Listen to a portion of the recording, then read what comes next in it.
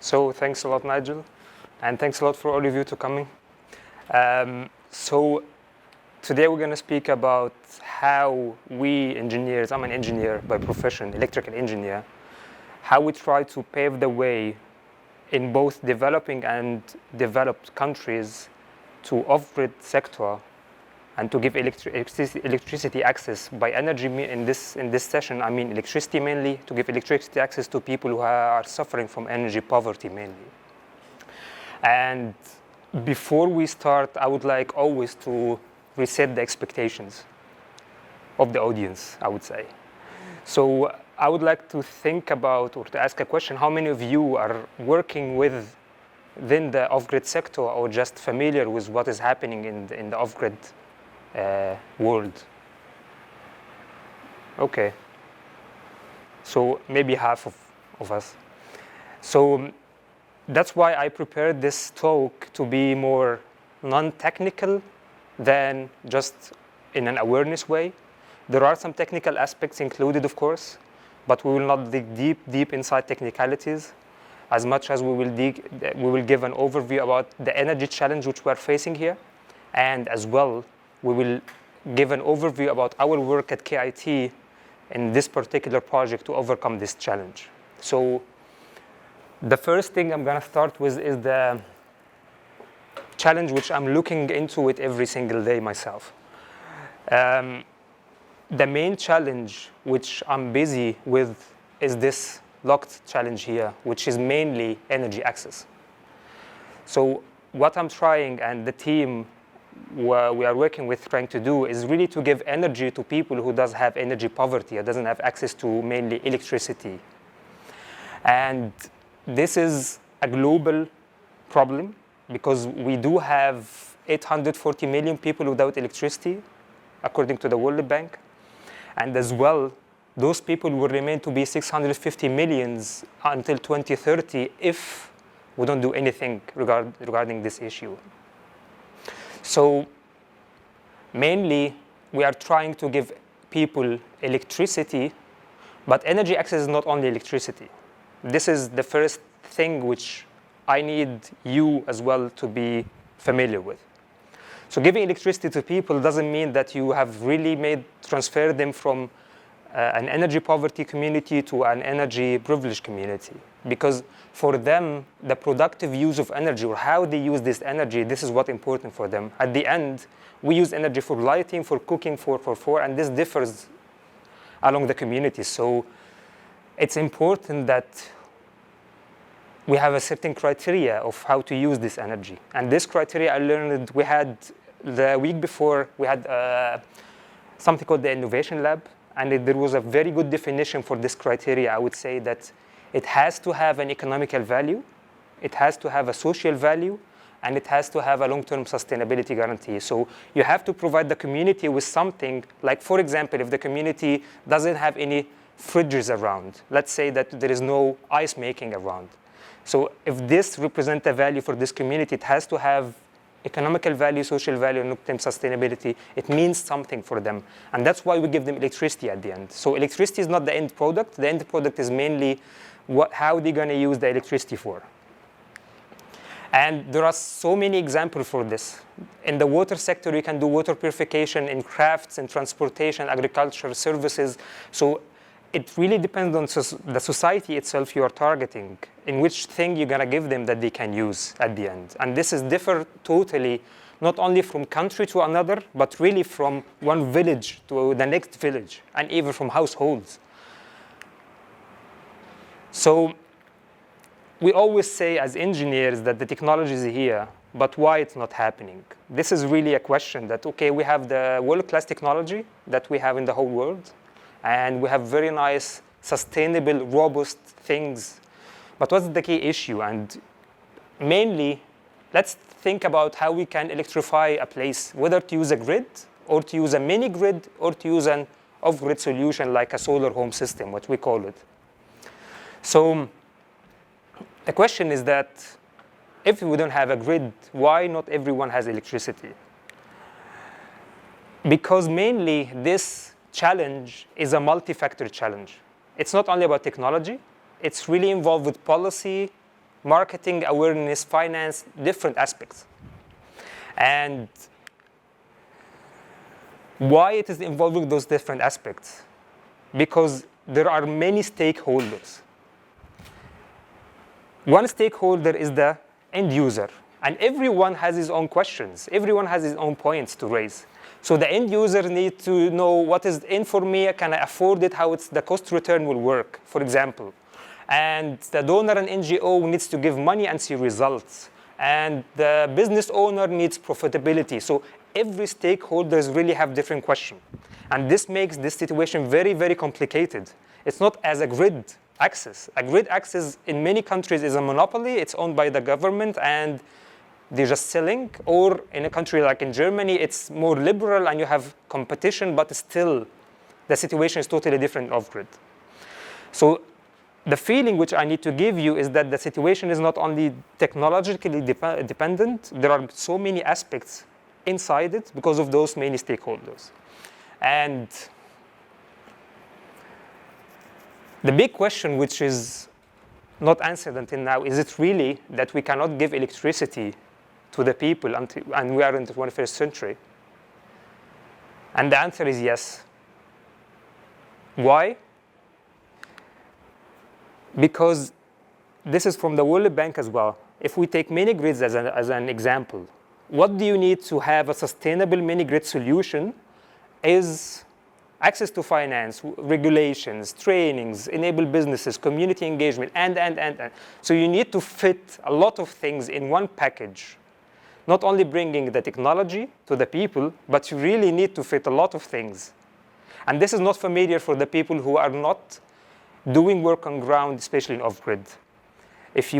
I was in Uganda early this year, and before the first visit to Uganda, it's totally different after the first visit. Because you really know that, okay, there are really simple challenges, just like finding a screw in the local market, which can really destroy the whole system which we have. And I will come with an example even here in Canada, because we have a project here in Canada at the moment. So what is happening in reality is that, how many of you heard about this company, Mobisol? Okay. So Mobisol is a very famous company, German company, who works in 3 different countries in Africa since 9 years. And what happened to it lately, Financial Times, just in May, announced that Mobisol is going bankrupt, and it was the rock star of the solar energy industry. It was really a role model since 9 years. Why is this happening? Even that they have a very prestigious co-investors like the Dutch government, and they work in Kenya, Tanzania, and Rwanda.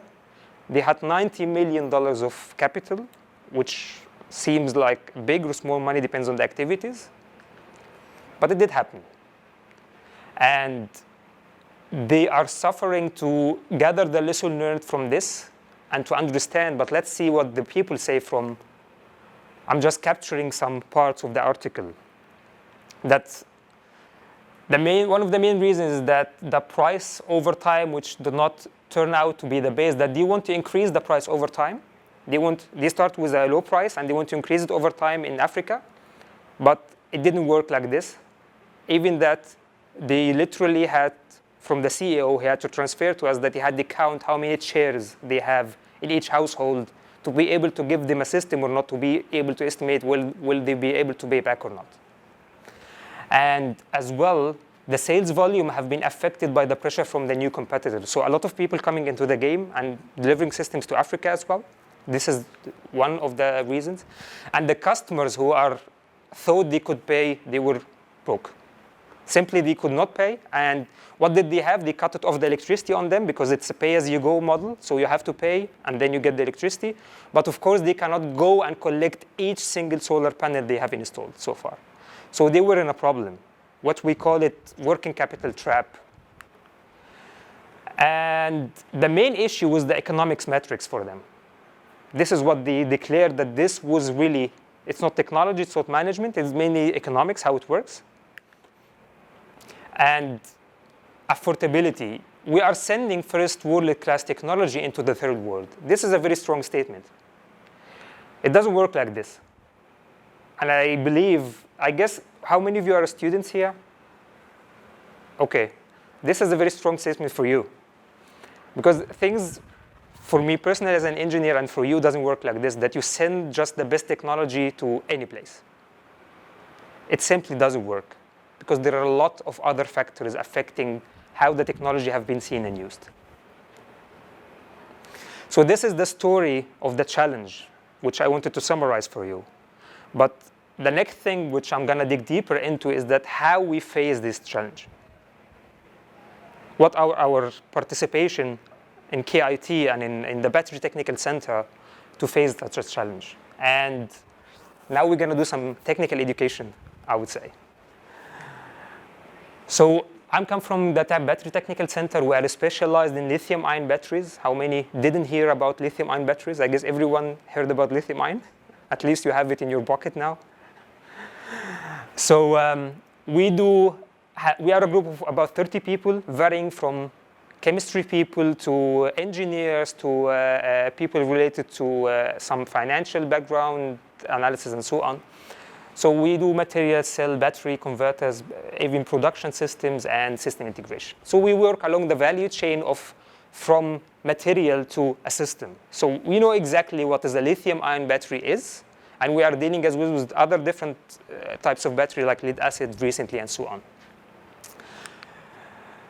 And as Nigel already introduced, this work is done, my work personally, in the off-grid sector is done within the Affordable Energy for Humanity initiative, which have been between Waterloo University and KIT. And the main question which I personally try to answer is how to understand the technical, economical, and environmental context influence, how it does influence the economical feasibility and sustainability of off-grid hybrid renewable electricity systems. So I'm trying to see how really putting an off-grid system in two different contexts, and my contexts now are a place on the equator, which is Uganda, in a school in a remote area, and the second context is here in Canada, in British Columbia, in a remote area for the First Nations called Niamaha Valley. Even I don't know the name of it yet, but I'm going to visit there after 2 weeks. And implementing similar systems, these two locations, and comparing them together, and focusing on how they behave technically and how this affects the economics of the system. Because as we have seen from the Mobisol experience, and even anyone will tell you that the economics doesn't play a good role in favor of deploying off-grid systems. So we need to understand it more. What we are trying to do is to build systems which are economically feasible, reliable, highly safe, simple architecture, and user-friendly. Those are the 5 criteria which we are trying to integrate together in our systems. And those are what we call very unfamiliar or very contrastive objectives. Because if you need to build something simple, but it's highly robust, it's not easy. Because highly robustness means that you need to integrate some sophisticated components in some time. And this is not in favor of the user. So this is how the system looks like. This is what we call a hybrid off-grid system. It contains of solar PV.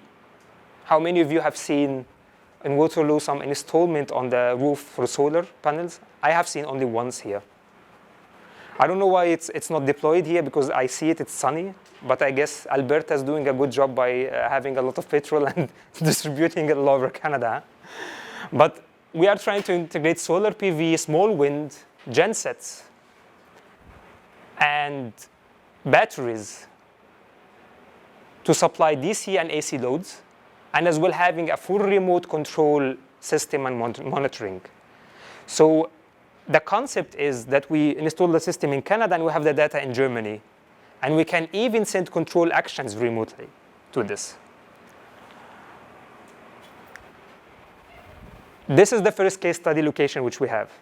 This is the school which we have in Uganda. It's located 6 hours away from Kampala, which is the capital, and you need 2 hours more or 1 hour more to reach the airport. So it's easier to get to Canada, I would say, rather than getting to this place at the end from Germany.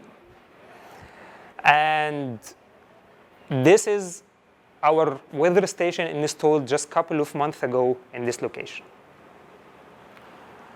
And the second case study is a household here in British Columbia. This is George, the owner of the household. He has already a small PV and an old system based on batteries, which we have delivered to him already a new system to be used for. And the concept which we have is that those two case studies are really contrastive. Why? Because first of all, they are in different locations. One of them is really on the equator and the second is near to the North Pole. Secondly, George knows a lot about PV, but the people in the school, they have never installed the renewable energy systems. So they have totally different educational background and awareness. If something went wrong here in Canada, I believe it will be easily fixed, or we are expecting this at least, rather than in Uganda. So they are totally two different contexts. And the good thing is that they have similarities between them. So what we are trying to implement, this is the hardware of the system at the end. So the first part, I call it here the monitoring and weather station. So we are installing a weather station self-powered with PV, with irradiation sensors and wind sensors, wind speed and wind directions, and we have a temperature sensor, humidity. So we measure everything happening on ground, because you cannot depend on the satellite available data, and this is a highly resolution data which are measured in very low altitudes. For example, we need wind speeds on 12 meters up height, and this is not available. The best data which you can get is 50 meters up height. So you really need to install your system and really have maybe a 1-year measurement campaign to be able to say, okay, there is this amount of wind, there is this amount of solar in this location, and I'm able to install. But solar data is much better than wind data, at least from the satellite available data. But for wind, we have to install our own measurements. The second part of the system is this big cabinet integrating everything inside it. So we have here a whole bunch of sensors measuring everything, current and voltage, in different selected points. And it's a DC-based system, so we have a 48-volt DC bus, and we have an inverter to supply AC loads in 120 volts. And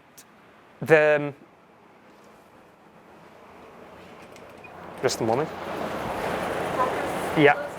Oh, okay. You can come, please. No problem. No problem. That was a nice sleeping destructive activity. So, whoever gonna tell me where we ended, I'm gonna give you some water maybe. I guess we ended up into the system topology. We have a 48 bus DC system, and we have an inverter which supplies 120 volt loads, and we have this nice controller which we worked together with a German startup company to integrate in our system, to send all the data from the sensors and the weather stations remotely to us in Germany. So the system can send us 5-second resolution data, and it's refreshed every 15 minutes. We can use the GSM modem or satellite connection, and we are using a Modbus communication for whoever who's familiar with different communications with those systems and so on. And we have built it in our lab in KIT, a testing rack, testing facility, a full testing facility for this. And it's now ready. We can even use different off-grid systems to be tested in our lab. This is a service which we are trying to cooperate with Waterloo at the end. And this system have been tested in our labs for 1 year, and just a few weeks before I arrived to Waterloo last week. Just maybe 3 weeks before, we have sent the system here to Canada, and it arrived already here. And the system doesn't only contain this, but it has only a genset, it has a lithium-ion battery and a lead-acid battery. And this is a very interesting and innovative storage topology. Normally, people use lead-acid batteries. How many of you know lead-acid batteries? Oh, this is something you don't have a car. You have a car. Okay, so you know lead-acid batteries because you have a battery in your car. Yeah. So all of us know lead-acid batteries. They are bulky, they are big, but they are not expensive. And lithium-ion batteries, they are the opposite way. They are expensive, but they are not bulky, but they are, sort of say, bombs if they don't treat them well. We are trying to create a hybrid system using the advantages of lithium-ion and the advantages of the lead-acid together in one system in favor of the user. And this is a bit of an innovative system. It's a commercially available system from a German, as well, recent company. But we are building the first prototype in 48 volts because it's available only in 12 volts. And the innovative part, yeah? Can you give us a bit more details about that hybrid energy storage system and what are the benefits of having two types of batteries? Yeah, you are asking about the benefits, right? Yeah. This is what I was showing here.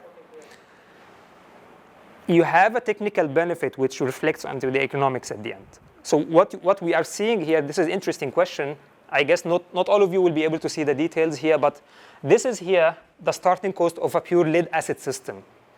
Okay, we are talking about, in this system, it's about, we are using 18 kilowatt hour installed capacity of batteries.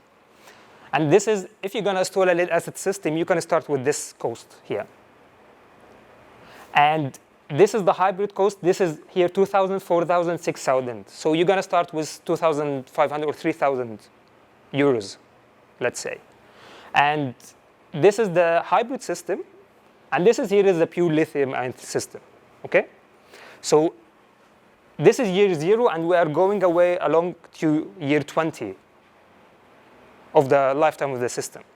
And you can see that it's very attractive for the user at the beginning to use a lead acid because the initial cost is even less than a half of a lithium-ion system, right? That's why a lot of people prefer to install lead acid. But just after 10 years, both costs came together, but you have to replace your lithium-ion. But what happens after 15 years is that the lead acid costs get very high. Because lead acid batteries, you need to replace them every 3 to 4 years, if you treat them well. The hybrid system makes the lead acid battery live longer. How? The lead acid battery is, we call it an energy battery. And the lithium-ion battery, what we call it is a power battery, which means that if you turn on all the loads in this room, you will have a peak of loads, right? You need something that responds very fast. So you have two options, whether to have a battery which can give you this power if you don't have any resources, or if the battery cannot respond very fast, you will have to size your battery capacity to cover this peak. And this is where the hybrid plays a role. The lead acid mainly is for the light loads, which you leave overnight, and the lithium ion is responding only in case that the person in the house connected everything in his house or so many loads at the same time, so it gives the fast response until the lead acid comes and catch up. And the economics is that after the first 4 years, the hybrid system become more economically effective over the 20 years.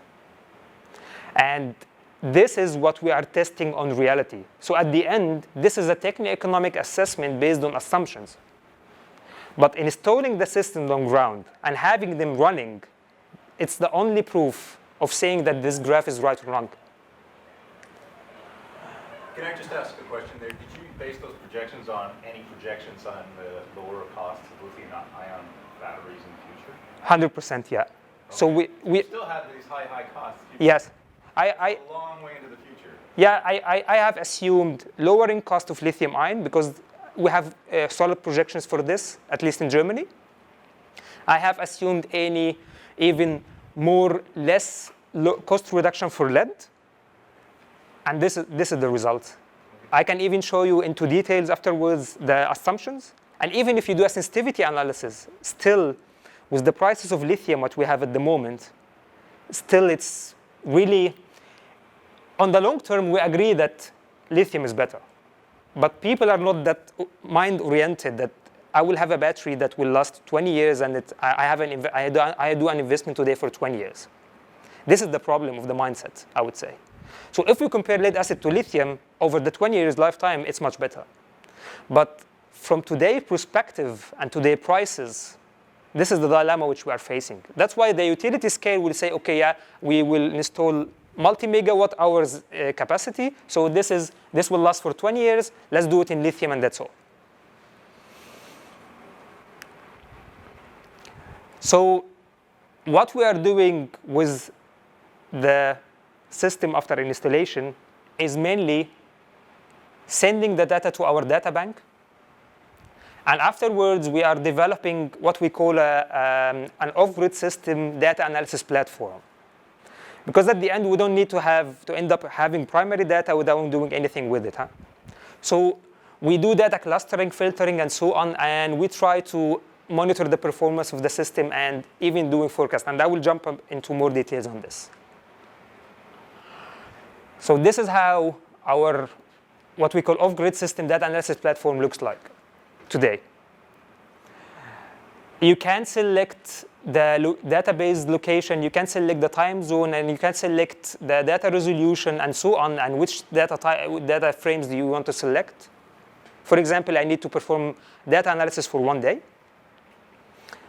And at the end, you end up with plotting whether the irradiation, temperature, wind, or the state of charge, current, voltage, and power. So you can plot at the end the weather data or the power data.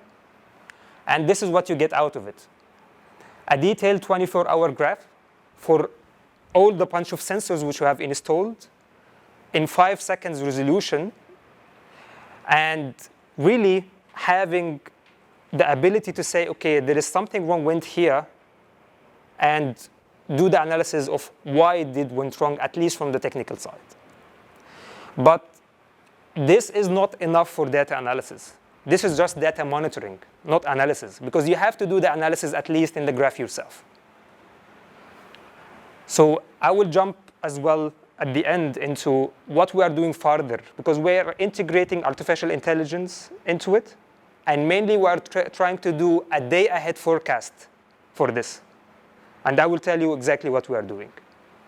So this is already done, and this is a milestone by itself. Because at the end, there is no, at least to our knowledge, a data analysis platform. It's Python-based. It can be open source afterwards, and this is our plan like this.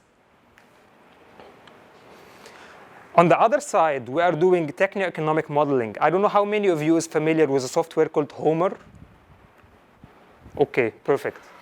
So Homer is like the most, it's like, I don't know, I guess all of you knows MATLAB, huh? Okay, perfect.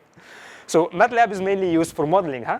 So Homer is like MATLAB, but for off-grid system sizing and development, okay? So it's like a very well-known software. If you have a house in the middle of nowhere and you need to install some solar, wind for it, you go into the software. It's sophisticated enough, and it does techno-economic assessment. But Homer have some disadvantages, and it's a black box at the end for you. So we have developed our own model called Hybrid Off-Grid Techno-Economic Model. It's called HOTEM, and it's MATLAB-based, and it does the job of techno-economic assessment for off-grid systems.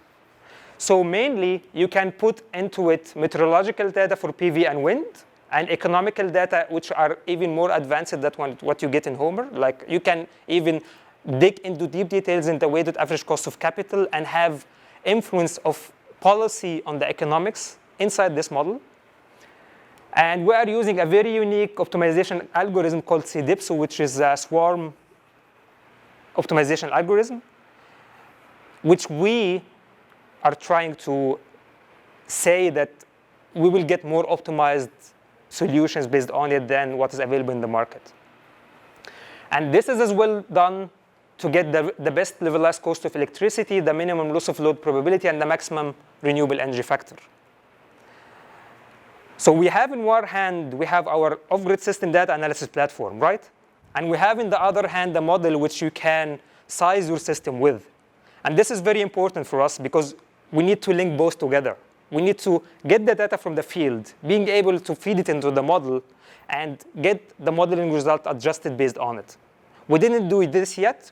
We just have this implemented in MATLAB and running, getting some results. And this is how the result report looks like. So at the end, you get some average load estimation, some PV capacity, how much to do, and wind, and so on. But this is our look into the future as well, that we integrate HOTEM with the off-grid system data analysis platform. So that's so far our highlights of the technical parts which we're working on. One of the main things out of this research project, which I like very much because it's a very practical project. So we are trying to summarize as well the lesson learned from ground. That's why we are deploying systems in 2 countries. So the lab for a typical scientist will be in his building, the electrical lab sitting in the building downside. He has just to get just few stairs down to get to the lab, right? But our labs are Uganda and Canada. This is where our labs are. And we are trying really to get together an experience and summarize the lesson learned. And this is basically,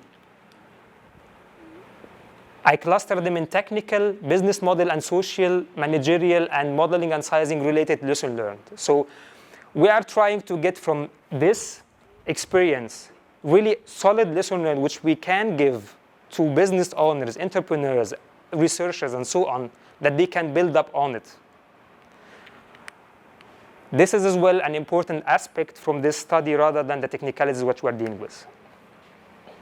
So enough of education.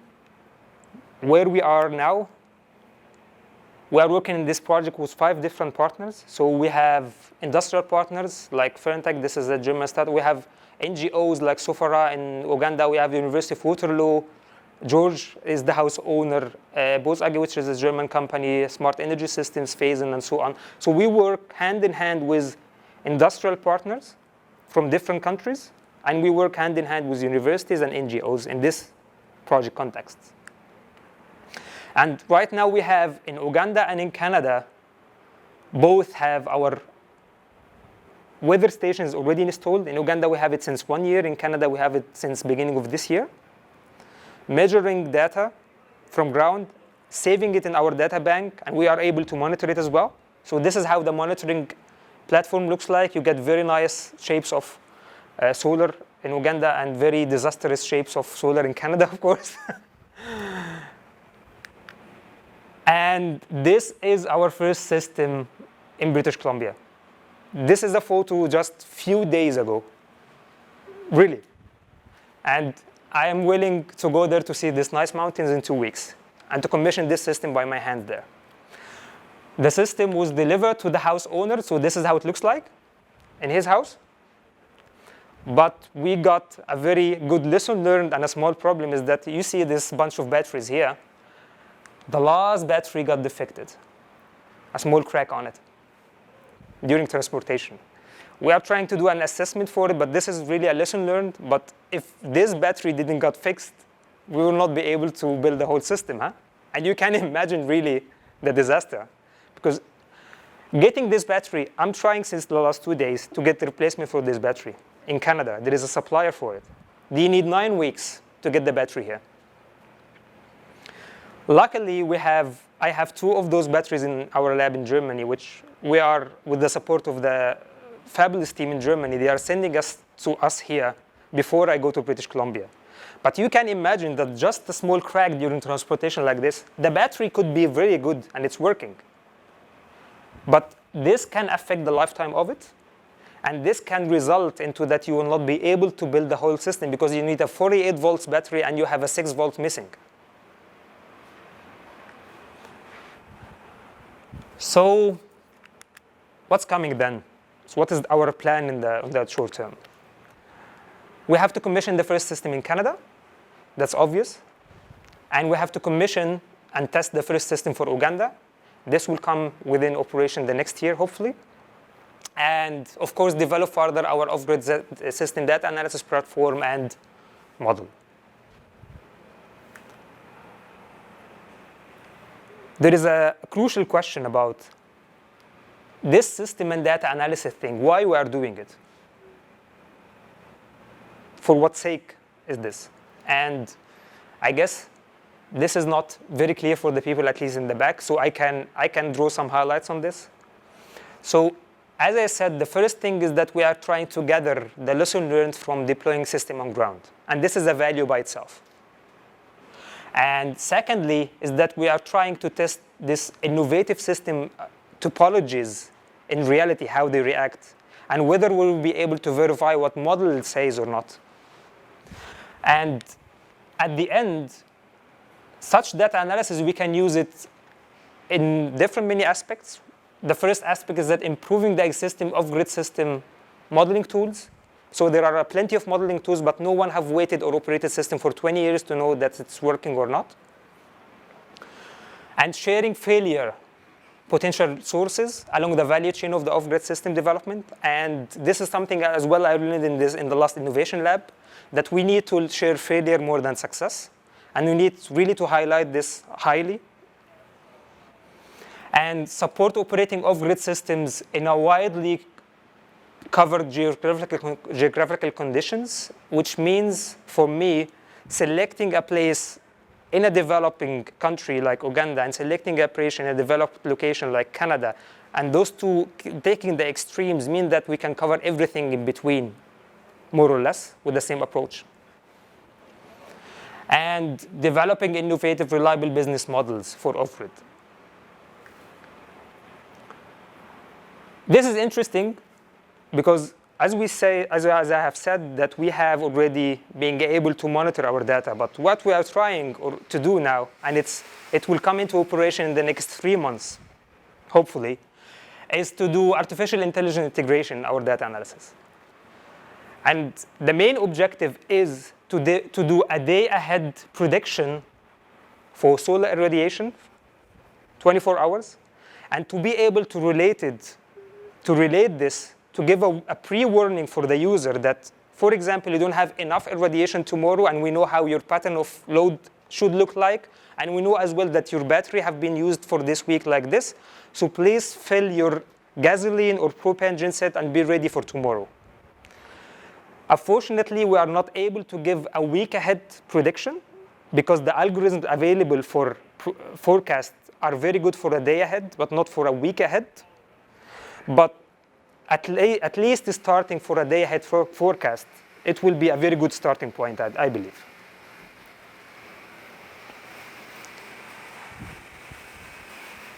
This is so far what we have been working with. And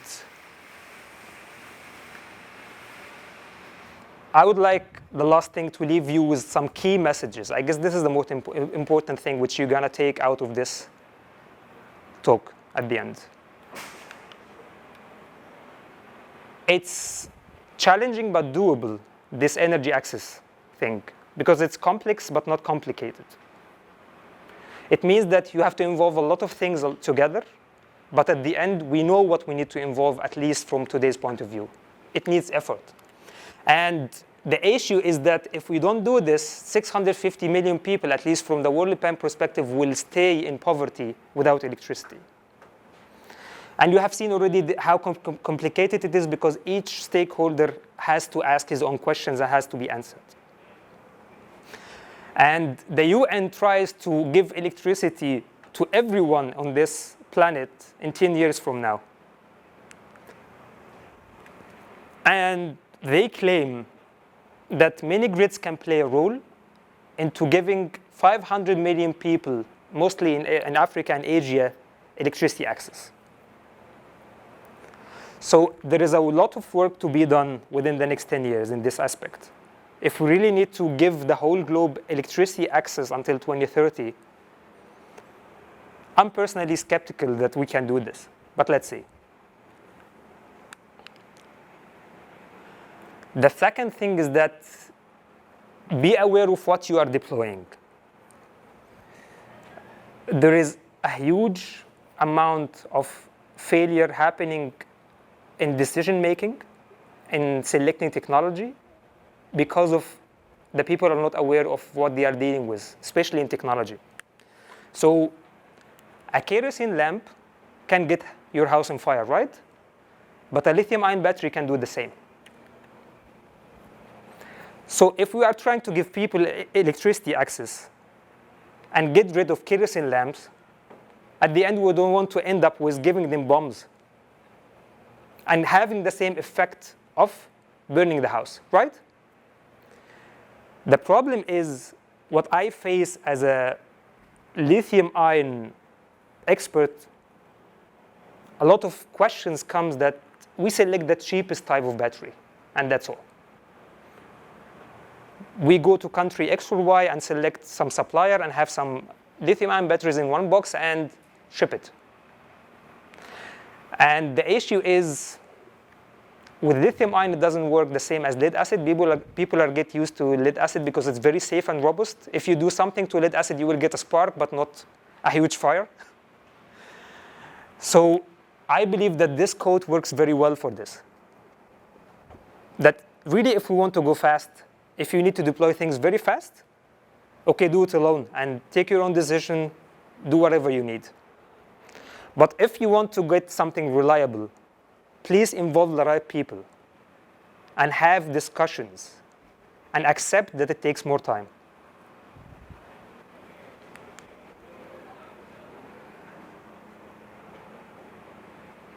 We need a clear, transparent, critical mass of failure sharing, not only success. Nobody wants to talk about failure. How many of you here are or doctors or professors in the university? Okay, perfect. If you assist a paper and the paper comes with you with failure, there are some people who will say, okay, this is a very good work, I accept it and I will publish it. But most of them will say, but why didn't you take the action to correct it and make it successful? X. What I learned from what happens in practicality, and I'm more an engineer than a scientist, is that failure is really more valuable than success. And we need this failure sharing from on-ground activities, not from theory. There is a huge difference between someone sitting in the office or in the lab testing systems and saying, okay, this is my paper or this is what I share to the people, and someone have been on ground, on foot in the field. Totally different perspectives. Innovation. Everyone likes this word. It's really attractive. And this is the fourth key message, I would say. And this is something as well I got out of the innovation lab last week. We need innovation, right? But if you try to define innovation along the way, you will end up of totally different messy things around that we need this and that and. But the definition which I really have been educated with is innovation is a solution which provides a problem or can work with a problem that has two or more contradictory objectives. And this is really I have learned just last week. A solid example in our off-grid systems world is that we need a cost reduction in one hand and a very reliable systems in the other hand. Those are totally two contradictory objectives for any engineer in the whole world. But we need them. So we need innovative solutions which can deliver such a thing. And this is called innovation at the end. And the next key message is that the off-grid community really have learned it the hard way by bankruptcy and losing businesses, that they have really to understand very carefully where they are going. Bringing first world technology to the third world doesn't work. Even that I'm against the first and third things like this. But just bringing the state-of-the-art technology and saying, okay, this is nice, let's deploy it. From my own perspective, it will never create a solution. But understanding what is happening on ground is very costly. Not every company will send someone for 1 year in a place just to be able to estimate, okay, what are the challenges and so on. And in off-grid, this is very unique because really one community can differ from the second community within the same village. That's where the value of our work comes into consideration.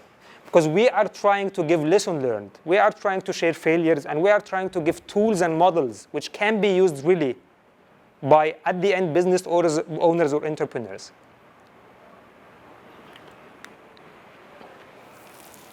So that was the story of my working office every day so far. And before I close this, I really want to thank everyone involved in this work. It's not only me, of course. There are people from KIT, incredible small team, which we have, and a big team, which we have as well. There are incredible people in Uganda along the way. There is the Affordable Energy for Humanity, and there are from Canada, University of Waterloo.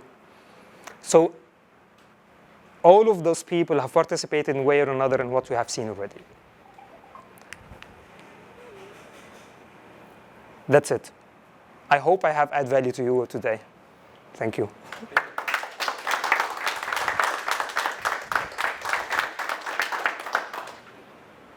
want to take any questions? We can have the questions. Okay. Do you have an estimate of the levels of stuff electricity for the project you're doing in BC? Yeah, there is an estimation. It's about 35 euros per kilowatt hour at the moment. Some estimations get to 30 euros per kilowatt hour even, but it's not a final estimation because at the end, this is a research project. So a real system will not have this bunch of sensors which you have seen, right? So we are doing now a cost analysis to get what I'm trying to get out of it, this cost analysis, that like an off-grid system, how much it will cost, a mandatory components, and a very nice, fully monitored off-grid system, how much it will cost for a level loss cost. So this is not done yet, but it's one of the main things, of course. Is it completely off-grid? Like, that house is not connected to the grid? That house doesn't have a GSM network. But can you do, like, can you supply all the electricity with solar power only? I mean, solar and battery in DC? Because I'm not sure how much solar potential you have. You have seen the hybrid system. It's solar, batteries, genset, small wind as well. You have a diesel generator. Not a diesel. They don't like diesel so much. They have a propane or gasoline or hybrid. We call it dual fuel, gasoline and propane genset. And the issue is that we need to minimize using the genset as much as possible. Okay, then do you have an estimate of how much of the electricity they need to supply from solar and how much is from that genset? This is part of the analysis at the end. But you So don't know it. we have done it in the techno-economic assessment, but only using modeling. So we know how much liters per year he uses from the previous years. And we have done the techno-economic modeling using Homer as well. And at the end, this is how we sized the system in a most techno-economic efficient way. But this is part of the analysis at the end, that to see, okay, the installed capacity versus the load, because the load demand plays a huge role in this, and how it changed the load demand over years, the load curve. Because we are designing a system for fitting into this load curve. If you changed anything in this load curve, we will have to adapt again in the system. Any? Yeah. So I'm not sure if you mentioned this earlier, but when you spoke about the weather system widget in your overall deployment, is there somebody who maintains that weather station or calibrates it? Because my experience working with weather station data, you sometimes get things like wildlife or something just messing with your hardware. Yeah. And if, say for example, a sensor is knocked out of place or somehow damaged, who is responsible for going in and fixing it or recalibrating? Yeah, that's a very nice question, which I have been facing, especially in Uganda, at least in Canada. The person, it's part of the visit that I train him to do this maintenance. It's mainly yearly calibration, I would say. In Uganda, I have the experience that I have 2 local technicians, which I teach them how to do basic maintenance for it. And until now, along the year which we are operating, there were some failures, of course, but the response time was very nice, and they got things fixed, and the data flow very fast. Yeah. Yeah.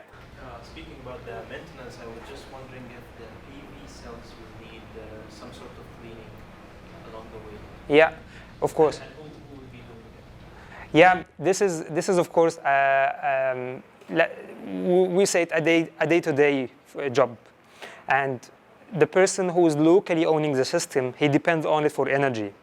This is the part of George's life, I would say, that he has to really take care of cleaning the cells, genset, because this is how he get his energy. So living off-grid with an electrical system, it's like, I would say, if you have 2, 3 kids, this is your 4th kid. Yeah, makes sense. Yeah, this is really taken into account, and it has to be done. Otherwise, you will end up lowering the output of your system.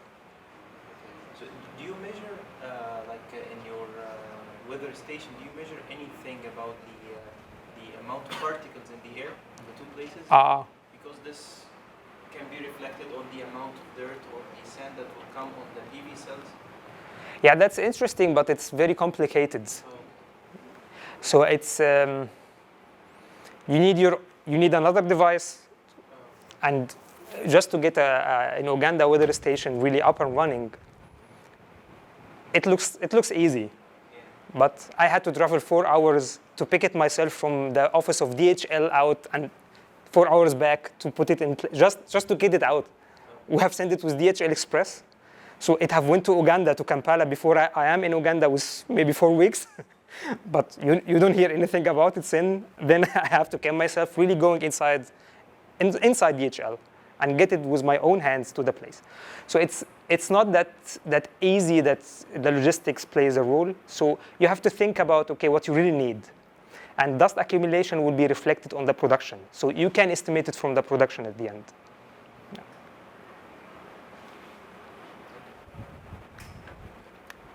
Okay.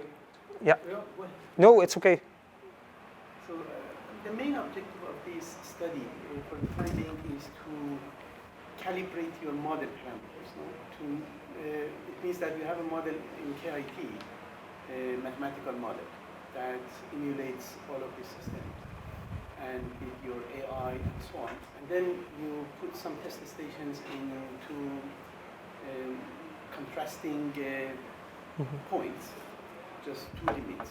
And then you collect data from them, and then you want to know whether what your system forecast there is similar to the actual power and profile that you get in those locations.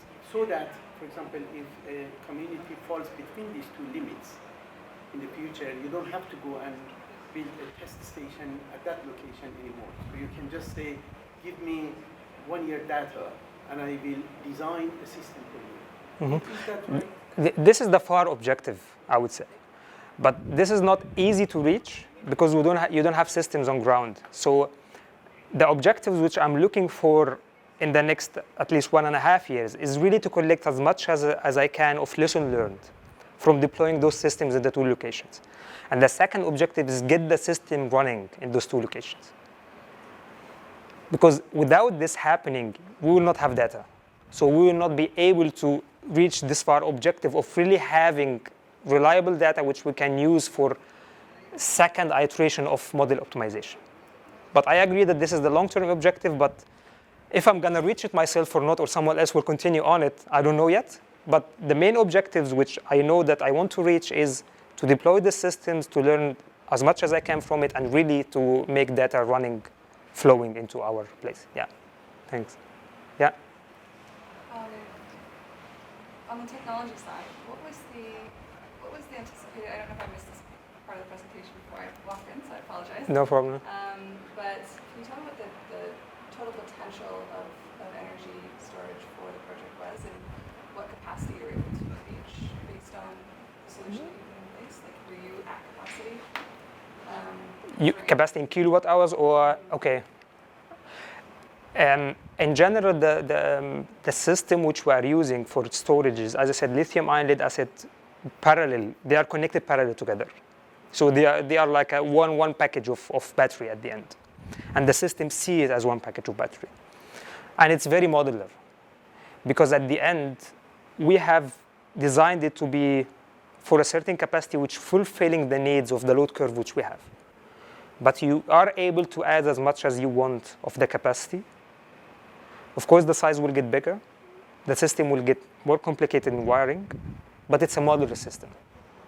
So the limit of the capacity is really depending on the needs of the load curve. So it could reach one point that it's not economical anymore to do hybrid system. It's more economical to do lithium ion if you have a megawatt hour. But I don't know the boundary condition yet of when it's really more economical to do a pure lithium, when it's really more, but it's clear that if you have your system running only for 3 years, you don't have to think about anything, just put lead acid. This is clear. But above this, you have really to play around with the assumptions and the economics to be able to really get the best solution. But to answer the question, I guess, was about the modularity. It is modular. At the end, there are few limits, not from the lithium-ion side, but from the lead-acid side, because you need to build 48-volt system, and you have certain capacities available in the market for the lead-acid batteries. They are not even welcoming. Lead-acid doesn't like to be put in parallel. They want to be always in series and so on. So there are some technical limitations which you have to take into account in engineering, but you can increase the capacity over the 28 kilowatt hours which we have already. Yeah. Okay. I've got a lot of questions, but I'll just ask Perfect. a few. So, as far as your system goes, you talked initially about how it was supposed to be robust, how you couldn't get a screw and you damage very easily, but at the same time, you showed how a cracked battery can shut you down. All your components, though, are off the shelf, right? There's no proprietary hardware in there. Yeah. And HODEM is your proprietary software for the system monitoring. You've got some IP there as far as. We have done the system modeling here using Homer, which is the commercial software. Yeah. But HOTEM is the one which we are trying to do ourselves at the end. That's your proprietary stuff there. I just wanted to clarify that. Yeah. So, so the whole overall system then, if I understand, the objective is to model a system that is economical, that is robust going forward, and you're working with partners in the field, or looking to future partners in the field to make this sort of system work as an economic alternative to what's already out there, because there are plenty of systems, including hybrid systems, for off-grid. Mm-hmm. Now, you also talked about microgrid systems. Yeah. Have you guys ever looked at hydrogen? I mean, seeing as you're from Karlsruhe, Enercon being the big wind energy company in Germany, the biggest, they've just introduced a standalone hydrogen system in conjunction with for energy storage. Yeah. And I just wondered if that was part of your entire system, if you've looked at that. We are mainly focusing on storage and batteries. Okay. But I know another universities who are looking for off-grid hydrogen battery system for standalone systems as well, but as a research project, as a product which will come in the next years.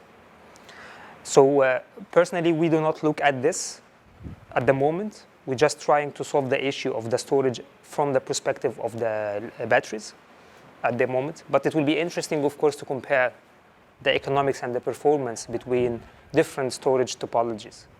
Mm-hmm. And regarding Enercon, I have been recently as well in contact with them last year and this year, at least in one of the big fairs. They introduced as well a very innovative approach to integrate lithium-ion containers into wind parks. And they are trying to create their own hybrid system using the batteries, and deploying it as a commercial product as well. Yeah, I think their hydrogen prototype was for fueling vehicles, actually. Mm-hmm. I'm surprised. But in KIT, we have a hydrogen bus running every day between Campus North and Campus South. So it's running every day, half an hour, and it's a hydrogen bus. So we have this already running since many years. For electromobility, but of course, different applications have totally different requirements. And this is really the trick here, is to know what we need, where, and how. I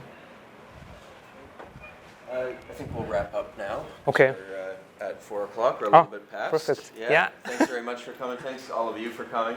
If you want to stick around and ask a couple more questions, then you're welcome to do so for the next 10 minutes or so. Yeah, we look forward to seeing you at future WISE public talks. Check out our website, wise.uwaterloo.ca/events, and you can find out more about when our future public talks are. Thanks. Thank you very much.